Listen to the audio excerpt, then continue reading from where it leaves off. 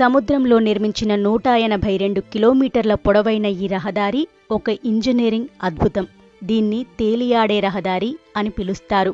నీలిరంగు సముద్రంలో తేలియాడే ఈ రహదారి అమెరికాలోని ఫ్లోరిడా స్థితిగతుల్ని మార్చేసింది. అదెలాగో చూద్దాం రండి. మయామి నుంచి ఫ్లోరిడాలోని కీవెస్ట్ ద్వీపానికి వెళ్లడం ఒకప్పుడు చాలా కష్టంతో కూడిన ప్రయాణం. 20వ శతాబ్దపు తొలినాళ్లలో ఈ మార్గంలో ప్రయాణించాలంటే పడవలే దిక్కు.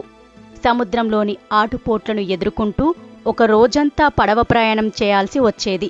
కానీ ఈ ఇంజనీరింగ్ అద్భుతం కష్టాలను దూరం చేసింది. ఈ ఓవర్సీస్ హైవే ఫ్లోరిడాలోని ప్రధాన భూభాగం దక్షిణ కొన నుంచి 44 ద్వీపాల మీదుగా 42 వంతెనలపై సముద్రంలో 113 మైళ్ల దూరం విస్తరించింది.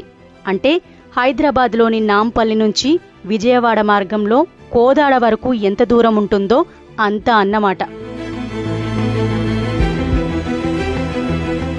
ది ఫాదర్ ఆఫ్ మోడర్న్ ఫ్లోరిడాగా పిలిచే హెన్రీ మోరిసన్ ఫ్లాగ్లర్ అద్భుత సృష్టి ఈ ఓవర్సీస్ హైవే.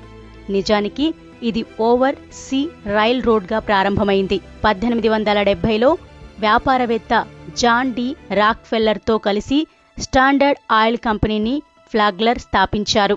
ఈ కంపెనీ 20వ శతాబ్దం తొలినాళ్లలో ప్రపంచంలో అతిపెద్ద, అత్యంత శక్తివంతమైన సంస్థల్లో ఒకటిగా ఎదిగింది.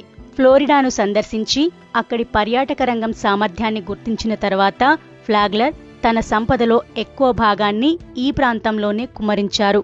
విలాసవంతమైన రిసార్ట్లను నిర్మించారు. ఇది అమెరికాలోని అత్యంత పేద రాష్ట్రాల్లో ఒకటైన ఫ్లోరిడాను ఈశాన్య అమెరికా నుంచి వచ్చే యాత్రికులకు స్వర్గధామంగా మార్చింది. అయితే ఫ్లాగ్లర్ నిర్మించిన మారుమూల ప్రదేశాల్లోని ఈ సుసంపన్నమైన రిసార్టులకు వెళ్లడానికి సరైన మార్గం లేదు. ఈ నేపథ్యంలో 1885లో ఫ్లోరిడాలోని అట్లాంటిక్ తీరం వెంబడి జాక్సన్ విల్లే నుంచి మయామి వరకు ఉన్న రైలు మార్గాలను ఫ్లాగ్లర్ ఒకదానితో ఒకటి అనుసంధానించారు.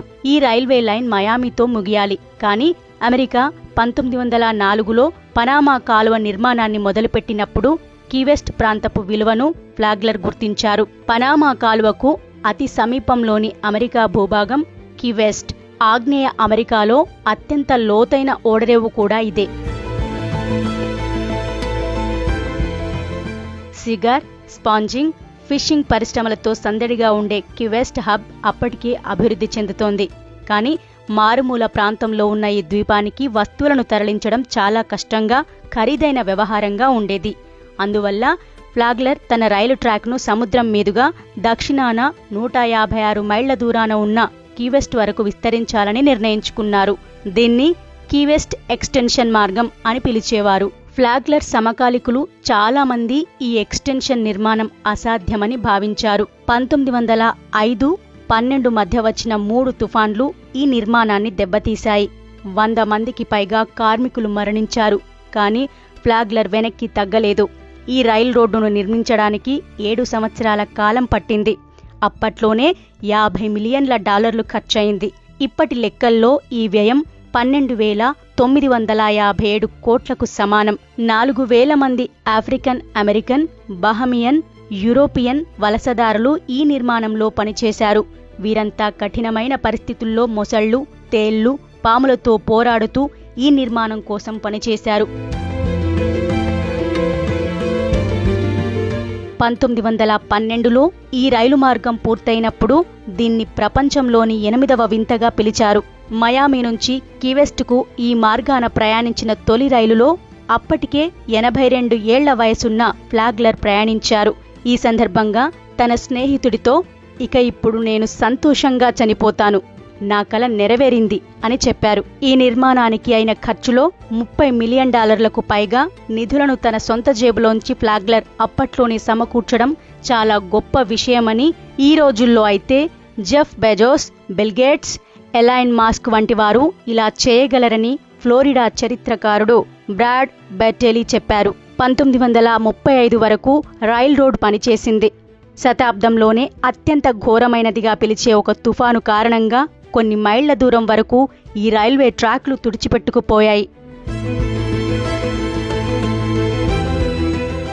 రైల్వే ట్రాకులను పునర్నిర్మించడానికి బదులుగా ఫ్లాగ్లర్ మాస్టర్ వర్క్కు అమెరికన్లు పునర్జన్మను ఇచ్చారు. అది అమెరికన్లు ఆటోమొబైల్స్ వైపు మళ్లుతున్న తరుణం. ఆటోమొబైల్స్కు అనుగుణంగా ప్రపంచంలోనే అతి పొడవైన ఓవర్ వాటర్ రోడ్లను నిర్మించాలని అమెరికా ప్రభుత్వం భావించింది.